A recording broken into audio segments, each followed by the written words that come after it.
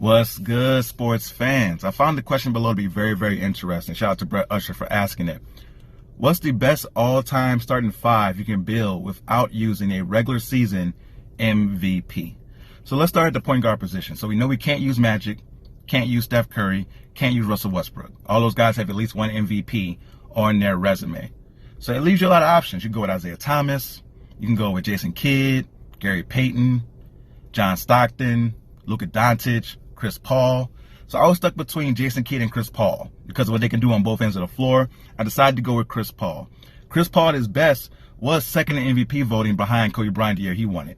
Chris Paul can get you 23 points a game, 11 assists, almost 3 steals a game, led the league in assists and steals multiple times, and always raised the floor of the players around him. Think about David West, Tyson Chandler, DeAndre Jordan, Blake Griffin. All those guys were better because of Chris Paul's floor generalship. The ultimate floor general, somebody who's going to make a team better, so I went with Chris Paul at point guard. At the 2 position, no debate. We know we can't use Michael. You can't use Kobe. Can't use James Harden. Can't use Allen Iverson. The best 2 guards to not win a regular season MVP, by far, is Dwayne Wade.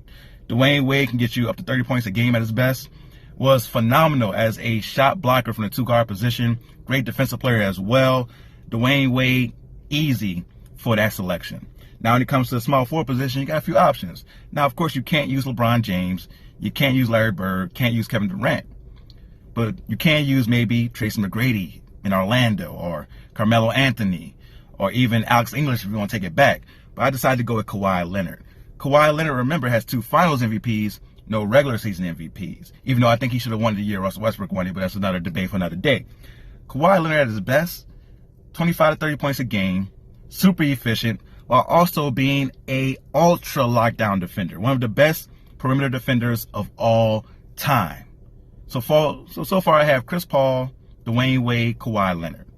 The power forward position is where it gets really, really interesting because a lot of the top power forwards of all time have at least one MVP on their resume.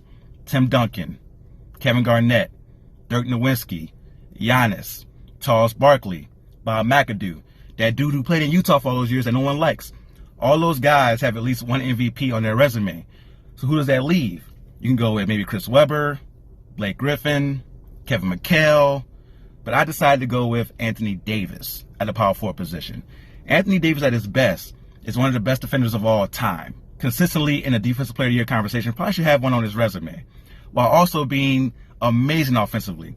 When you saw him in New Orleans, that dude was unstoppable. Between 25 to 30 points a game, super efficient, can shoot it well from the mid-range, can go out to the 3 from time to time, but also is dynamic enough to drive to the rim.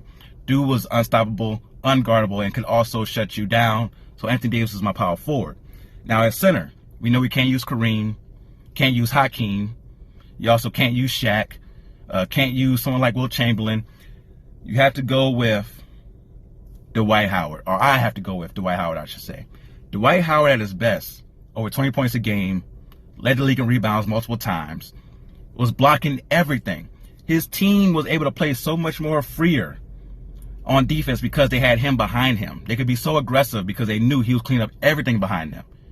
So when you think about this lineup, Chris Paul, Dwayne Wade, Kawhi Leonard, Anthony Davis, and Dwight Howard, that's hard to beat. But please let me know in the comments, who would be your team that you would build of guys who did not win a regular season MVP? Very curious to see what you think.